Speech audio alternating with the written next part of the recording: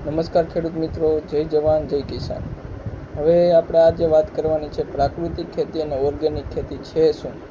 હજી આપણે બજારની અંદર માલ લેવા જઈએ તો આપણે પૂછીએ કે શું છે, એ લોકો એવું કહે કે આ ઓર્ગેનિક છે. પણ કઈ રીતના પ્રાકૃતિક ખેતીથી ઉત્પન્ન કરેલું અનાજ છે કે ઓર્ગેનિક ખેતી દ્વારા ઉત્પન્ન કરેલું અનાજ છે.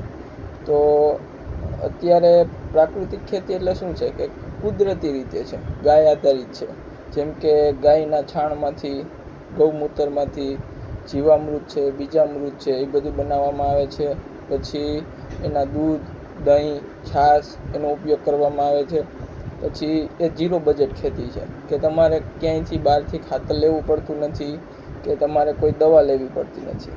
જેમ કે વનસ્પતિ છે, અરડુસી છે, આકડો છે, લીંબોડીનું ખાતર થાય છે, લીમડો છે.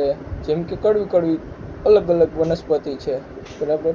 એનું દ્રાવણ બનાવીને કે એના ઉકાળા બનાવીને આપણે એનો યુઝ કરી અને ખેતી કરી શકીએ છીએ. જેમ કે ઓર્ગેનિક ખેતી વિશે વાત કરીએ તો ઓર્ગેનિક ખેતી છે ને એ થોડી ખર્ચાળ તો છે. એનું કારણ છે કે બહારથી આપણે ખાતર લેવું પડે છે.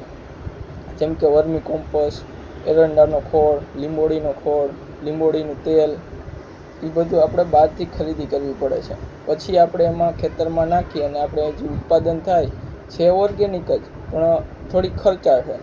અને બહારથી બેક્ટેરિયા છે, કોઈ એવો રોગ આવે તો એના માટે આપણે દવા લેવી પડે.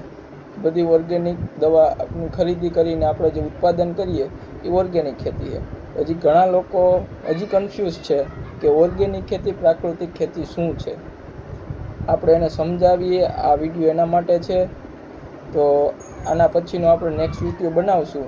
તો અમારી ચેનલ સાથે જોડાયા રહો. સંતકૃપા પ્રાકૃતિક ફાર્મ, ગામ અજાબ, તાલુકો કેશોદ, જિલ્લો જુનાગઢ. જય જવાન જય કિસાન.